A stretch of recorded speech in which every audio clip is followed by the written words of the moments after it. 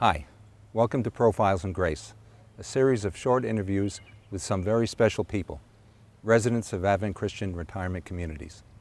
I'm Larry Knowles, president of ACRC, and we've created this series to share with you something that we enjoy every day, the company of and the life stories of seniors whose care we have been entrusted with. Their stories are poignant, reflecting the achievements, the joys, the inevitable strains, and the wisdom of years lived long and well. We hope that they foster for you the same regard that we, whose mission it is to serve them, have for these living jewels.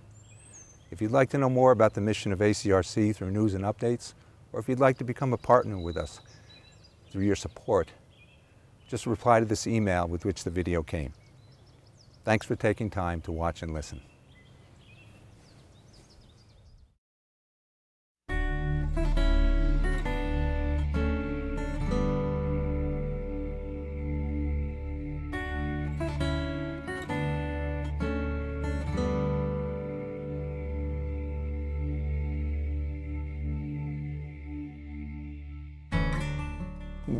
From 1968 to 1970, I was assigned to what they called a staging facility it was in Japan, where the wounded came in from Vietnam, and then the following morning were transferred to larger U.S. hospitals in other parts of Japan.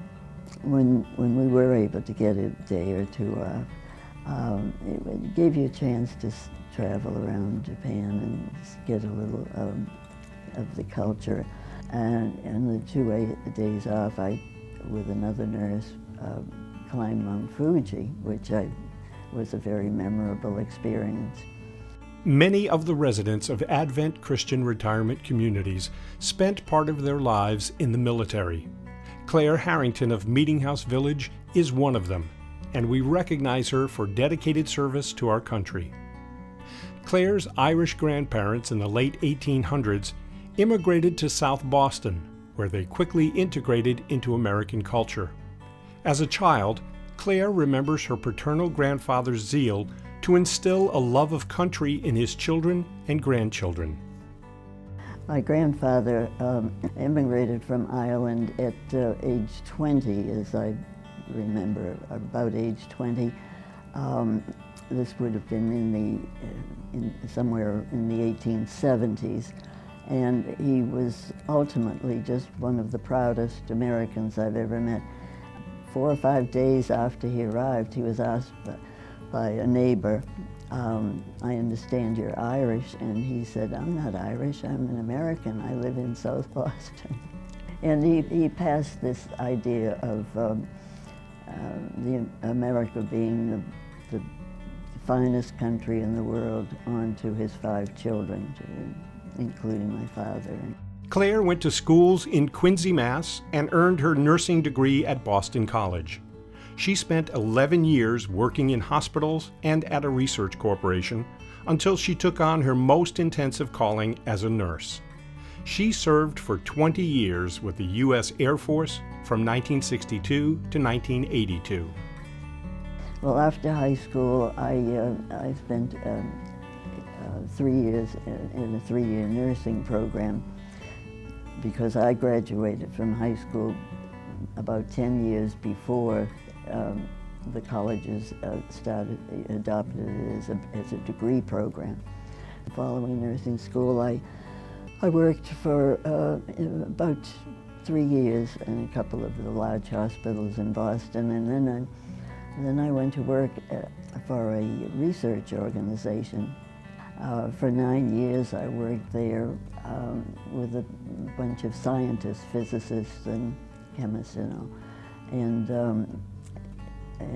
so I enjoyed that immensely. The Vietnam War was increasing in intensity as Claire joined the Air Force. The most challenging years of her service were spent at a staging facility in Japan during the height of the war. There, she cared for critically wounded soldiers before their transfer to military hospitals. I was assigned to a hospital in Virginia, and I was paged to go to the emergency room because I was needed to administer a narcotic to a patient. He asked me if I was at an Air Force hospital in Japan in 1969. I was astounded, and I said, yes, I was. And I said, how can you remember from 13 years ago? And he said, well, when you're hurting badly, you always remember the people who were nice to you.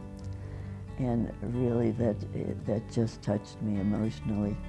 Claire achieved the rank of lieutenant colonel before her retirement in 1982. And at the Veterans Memorial in Washington, D.C., a paving stone engraved with her name, rank, and years of service bears testament. Longing to return to her native New England, she moved to southern Maine and worked as a children's librarian. She also spent time traveling in the States and in Europe, as well as serving as a mainstay in a local gardening club, of which she's still a member. Well, I've been very happy to be here for many reasons. For the companionship of the other residents. We always have had nice people here. And aside from the fact that, you know, you're living in pleasant surroundings, safety is very important to me. When Claire fully retired in 1990, she moved to a small apartment building for seniors called Taylor Place, which became the fledgling Meeting House Village when ACRC purchased the property in 1993, making Claire the longest-standing Meeting House resident. We're glad to recognize this woman of courage and integrity, whose commitment to nation and community makes her a privilege to serve. Always treat people as the way that with as much kindness as you would like to be treated, you know, because we're all different, we all have different personalities, we all slip sometimes and say the wrong thing. Uppermost, I think people should try to put themselves in the position of the other person and always treat others as you would like to be treated yourself.